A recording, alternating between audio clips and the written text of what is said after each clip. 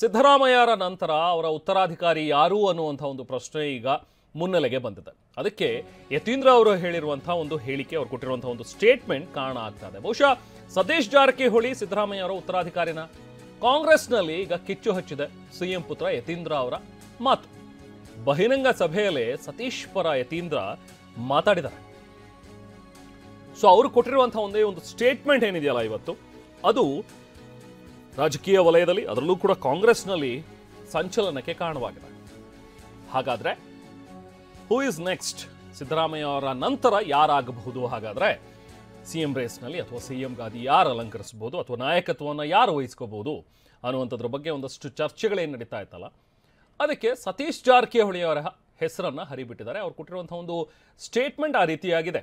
ಅವರ ಮಾತಿನ ಅರ್ಥವನ್ನ ಗಮನಿಸ್ತಾ ಹೋದ್ರೆ ಸತೀಶ್ ಜಾರಕಿಹೊಳಿ ಅವರು ಹಾಗಾದ್ರೆ ಉತ್ತರಾಧಿಕಾರಿ ಮುಂದೆ ಆಗಬಹುದಾ ಅಂತ. ನಮ್ಮ ತಂದೆಯವರು ರಾಜಕೀಯ ಕೊನೆಗಾಲದಲ್ಲಿದ್ದಾರೆ.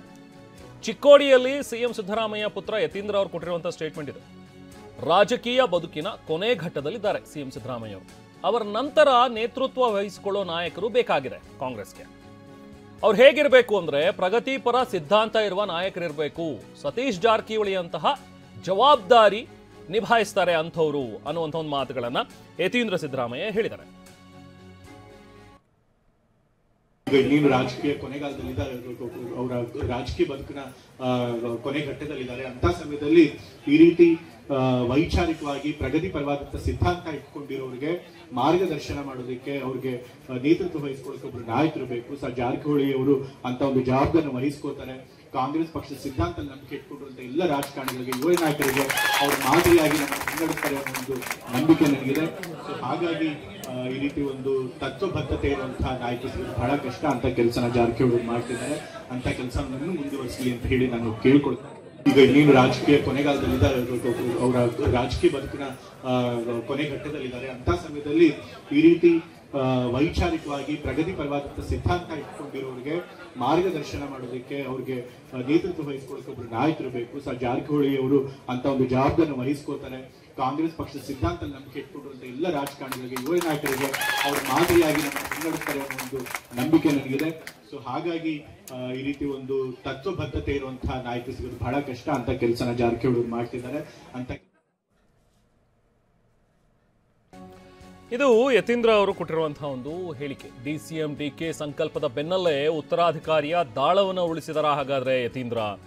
ಅಹಿಂದ ನಾಯಕತ್ವದ ದಾಳವನ್ನು ಉರುಳಿಸಿದ್ರ ಯತೀಂದ್ರ ಅವರು ಅಂತ. ಸಿದ್ದರಾಮಯ್ಯ ಬಳಿಕ ಯಾರು ಅನ್ನುವಂಥ ಒಂದು ಪ್ರಶ್ನೆಗೆ ಪ್ರತಿಕ್ರಿಯೆಯನ್ನು ಕೊಟ್ಟಿರುವ ಯತೀಂದ್ರ ಅವರು ಈ ಮಾತುಗಳನ್ನು ಹೇಳ್ತಾ ಇದ್ದಾರೆ. ಸಚಿವ ಸತೀಶ್ ಜಾರಕಿಹೊಳಿ ಹೆಸರನ್ನ ಯತೀಂದ್ರ ಸಿದ್ದರಾಮಯ್ಯ ಅವರು ಹೇಳಿದ್ದಾರೆ. ಅಹಿಂದ ಸಮುದಾಯವನ್ನು ಒಗ್ಗೂಡಿಸೋದಕ್ಕೆ ಒಂದು ಮೆಗಾ ಪ್ಲಾನ್ ನಡೆದಿದೆ ಅನ್ನುವಂಥದ್ದು ಸ್ಪಷ್ಟ.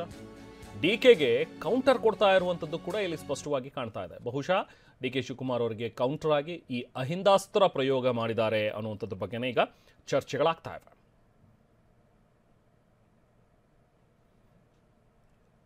ಸೊ ಹಾಗಾದರೆ ಮುಂದೆ ನಾಯಕರು ಯಾರು ಕಾಂಗ್ರೆಸ್ನಲ್ಲಿ ಅನ್ನುವಂಥ ಒಂದು ಪ್ರಶ್ನೆಗೆ ಉತ್ತರವನ್ನು ಯತೀಂದ್ರ ಸಿದ್ದರಾಮಯ್ಯ ಅವರು ಅವರ ಮಾತುಗಳಲ್ಲಿ ಕೇಳೋದಾದರೆ, ಈಗ ಸಿದ್ದರಾಮಯ್ಯ ಅವರು ರಾಜಕೀಯ ಬದುಕಿನ ಅಂತ್ಯಕಾಲದಲ್ಲಿದ್ದಾರೆ.